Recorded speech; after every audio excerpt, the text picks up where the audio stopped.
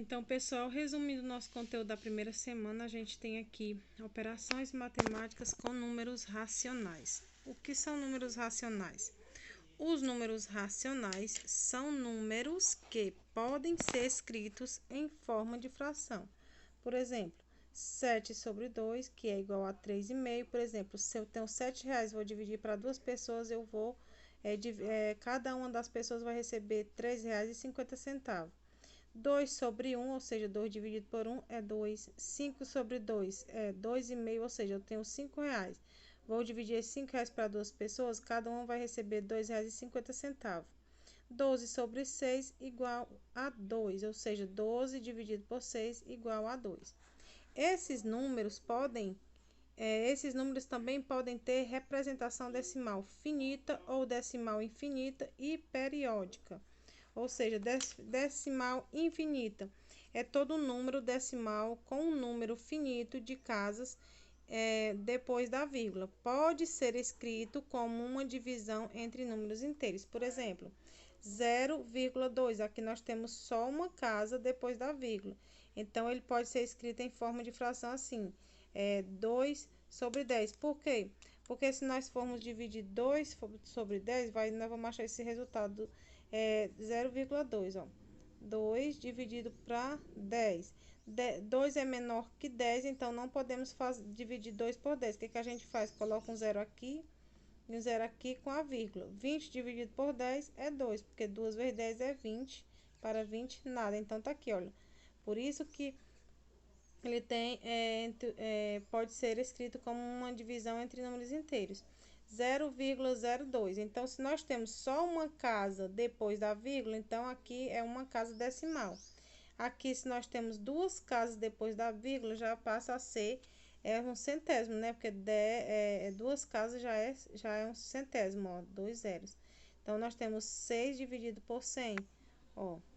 6 dividido por 100. Não tem como dividirmos 6 para 100, porque 6 é menor que 100. Aqui nós temos unidade, aqui centena. Acrescenta 0 aqui, 0 e a vírgula aqui. 60 dividido por 100 ainda não dá, porque 60 é menor que 100. Aumentamos outro zero aqui e outro zero aqui. 600 dividido por 100, agora sim. 6 vezes 100 é igual a 600. Para 600, nada. Então, tá aqui, ó, 0,06. No caso também aqui de 1000, né? Porque fazendo o mesmo processo, nós temos aqui 3 casas após a vírgula. Então, 3 casas já virou milhar, né? 3 casas de milhar. Então, fazendo esse resultado aqui, dividindo 2.173 para 1000, vai dar esse resultado aqui, vai dar esse resultado, tá bom? Nós temos aqui o decimal infinito, tá um pouquinho ruim de ver por causa da cor da caneta. São números que possuem um período que se repetem. Por exemplo, você vai fazer uma divisão de um número, então ele vai ficar só repetindo o número, vai trocar, botar um número, vai fazer outro, e a gente não chega a nenhum um ponto de parada. Vai sempre dividir, vai sempre multiplicar, e aí você, se quiser, passa o dia todo multiplicando e não vai conseguir chegar a um resultado comum. Então, esses números que não possuem um período que se repetem, aí você é chamado de décima infinita, ou seja, porque não tem fim. Olha, tem o 2, tem o 3, tem o 2, tem o 3, são números que não se repetem, eles não vão se repetindo. Então, a gente chama de decimal infinito. E os números periódicos, ou seja, as dízimas periódicas, é todo número decimal com um número infinito de casas depois da vírgula que se repetem periodicamente e pode ser escrito como uma divisão entre dois números inteiros. Por exemplo, olha, nós temos essa fração, essa divisão, 3 dividido por 9. Ele vai dar esse resultado, 0,3333, e cada vez que você vai dividindo, vai dar o número 3. Vamos fazer aqui para vocês verem, ó. 3 dividido por 9, né? 3 é menor que 9, não tem como nós dividir 3 para 9, então nós aumentamos um zero aqui, 0, aqui. 30 dividido para 9 vai dar 3, por quê? Porque 3 vezes 9 27 é o número mais próximo de 30. 3 vezes 9, 27. Para 30, 3. Baixa o zero. 30 dividido por 9, 3. 3 vezes 9, 27. Para 30, 3. Baixa o zero, 3. E assim sucessivamente. Você vai passar o dia inteiro e não vai parar essa conta, porque ela não tem fim. Então, nós chamamos de dízimos periódicos, esses números que, quando chega depois da vírgula, eles vão se repetir, fica só o mesmo número. No mesmo caso aqui de 25 dividido por 9, né? Acontece essa mesma situação. Então, vamos observar que os números racionais, eles são representados pela letra Q, tá bom? Contém o conjunto, dentro da letra Q, dentro do conjunto dos racionais, ele vai ter o conjunto dos números inteiros, representado pela letra Z. Quem são os números inteiros? São os números negativos, os números positivos e o zero, que é neutro, tá bom? Que pode, por sua vez, conter o conjunto dos números naturais, representados pela letra N de naturais, que são os nossos números algarismos comuns: 0, 1, 2, 3, 4, 5, 6, 7, 8 e 9. Que utilizando todos esses algarismos você pode fazer dezenas, centenas, milhares, né? Aí nós temos aqui a adição e subtração de frações. Olha, na adição e subtração de frações, com o mesmo denominador, aqui numerador em cima, denominador embaixo, com o mesmo denominador, efetuamos as operações com os numeradores e repetimos os denominadores. Olha, nós temos aqui 3 sobre 6 menos 1 sobre 6. Os denominadores são iguais. O que a gente faz? Repete o denominador e subtrai somente os numeradores. 3 menos 1, 2. E só repete o denominador. Na adição e subtrações de frações com denominadores diferentes, né? Os denominadores aqui vão ser diferentes, usamos as frações equivalentes para deixar os denominadores iguais e efetuamos as operações com os numeradores.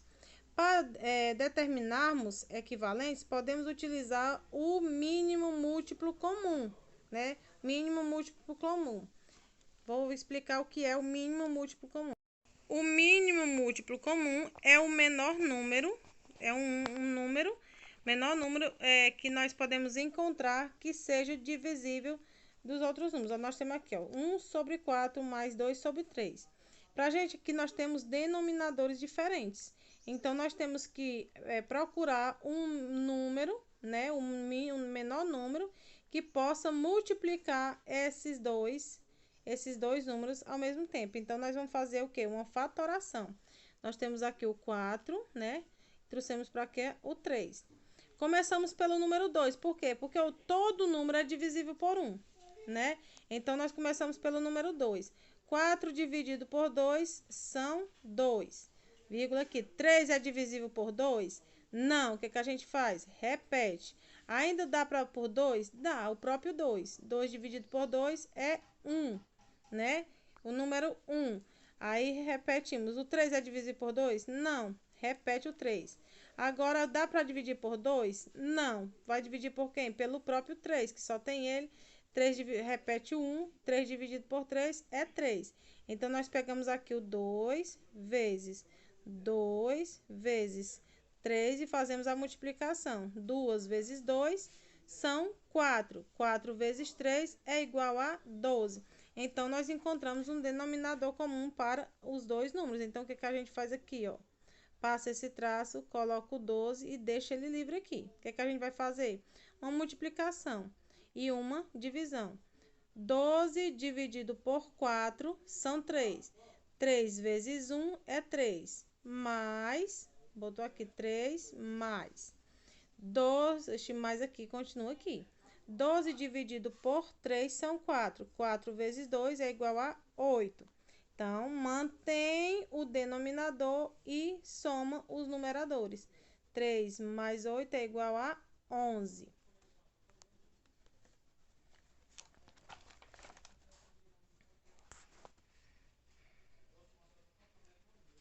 Agora que nós já aprendemos como que procura o mínimo múltiplo comum, vamos fazer aqui o exemplo que a tia acabou de mostrar para vocês ali, de como que a gente fez, ó.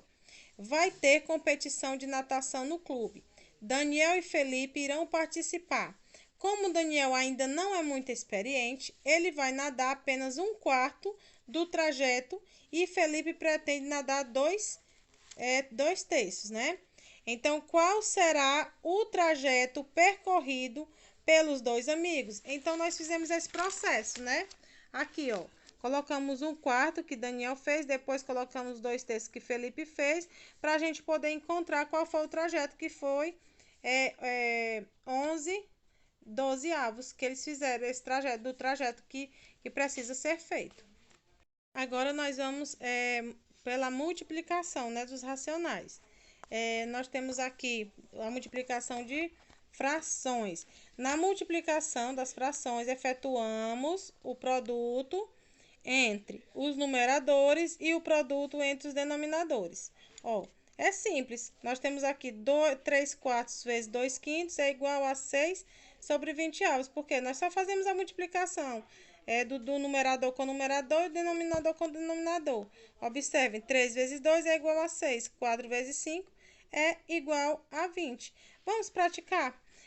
Na despensa da sua casa, Maria percebeu que possuía 4 pacotes com meio quilo de arroz cada um, né, no caso. Se ela colocasse todo em uma panela, quantos quilos de arroz ela cozinharia? Aí eu fiz aqui um exemplo, né, dos quilos de arroz só com a metade. Aí nós temos, ó, quantos quilos de arroz? 4. 1, 2, 3, 4. 4 quilos de arroz vezes meio quilo, né? Meio, aqui é o meio. É igual a 4 sobre 2, igual ela formou 2 quilos. Por quê, ó? Aqui é como se nós tivéssemos um. Quando não tem um número abaixo, nós temos um. Faz um aqui. Aí nós temos aqui, ó. 2 dividido por 1 é 2. 2 vezes 4, 8. Perdão.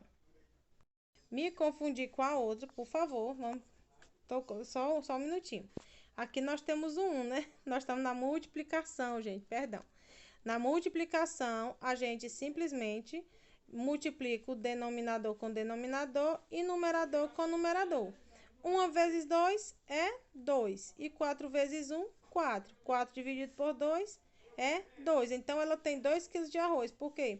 Porque ela tem 1, 2, 3, 4 quilos de arroz com meio quilo cada um, né? Só pela metade. Então, metade é representado por um meio. Aí, aqui nós temos fração com fração, nós temos que resolver. Como tá faltando um número que não tem, a gente coloca umzinho aqui para representar. Então, 1 vezes 2 é 2, 4 vezes 1, 4. 4 dividido por 2 é... Nós temos aqui a divisão de frações, né? Aí nós temos aqui, ó. Na divisão de frações, repetimos a primeira fração e multiplicamos pelo inverso da segunda fração.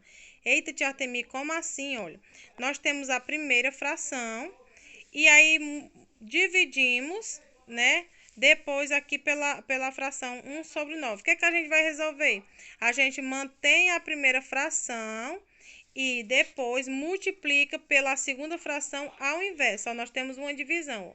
Divisão de fração aqui, 2 dividido por 3, dividido por 1 sobre 9. 2 sobre 3, dividido por 1 sobre 9. É uma divisão por uma divisão. Então, o que que a gente faz? Mantém a primeira fração, né? Tá aqui, vamos fazer de 2 dividido por 3. Uma divisão aqui, uma fração 2 sobre 3, dividido por 1 sobre 9. Então, o que que a gente faz? Mantém a primeira fração. Gente, eu tenho uma caneta, mas eu gosto de mostrar com o dedo. Mantém a primeira fração, ó, 2 sobre 3. Mantém a primeira fração e multiplica pela segunda fração ao inverso, ou seja, números trocados. O 9 que estava embaixo vai ficar em cima e o 1 que estava em cima vai ficar embaixo. E nós fazemos aquela multiplicação. Se lembra que a multiplicação de frações não é denominador com denominador e numerador com numerador? 3 vezes 1, 3. 2 vezes 9, 18. 18 dividido por 3 é igual a 6. Na potenciação, né, das frações, elevamos tanto o numerador como o denominador ao expoente. Aí nós temos aqui, nós elevamos, né, A sobre B elevado a N é igual a elevado a N. e b elevado a n. Ou seja, vamos ver aqui no papel. Nós temos uma fração, uma potência, né? 5 sobre 7 elevado ao cubo. O que é que vai acontecer? Tanto nós vamos multiplicar o numerador como o denominador. Vai ficar 5 elevado ao cubo e 7 elevado ao cubo. 5 elevado ao cubo é 5, né? O 3 multiplicado 5 vezes, o 7 também vai ser multiplicado 5 vezes. Então, nós temos aqui 5 vezes 5, 25, 25 vezes 5, 125, 7 vezes 7, 49, 49 vezes 7, 343. Na radiciação, também a mesma coisa, raiz quadrada, né, de 25 sobre 4, tanto multiplica o numerador como o denominador. Vai ficar 25 vezes 25, né? Igual a 5. E a raiz quadrada de 25 é 5, porque 5 vezes 5, 25, perdão. E a raiz quadrada de 64 é 8, porque 8 vezes 8 é 64.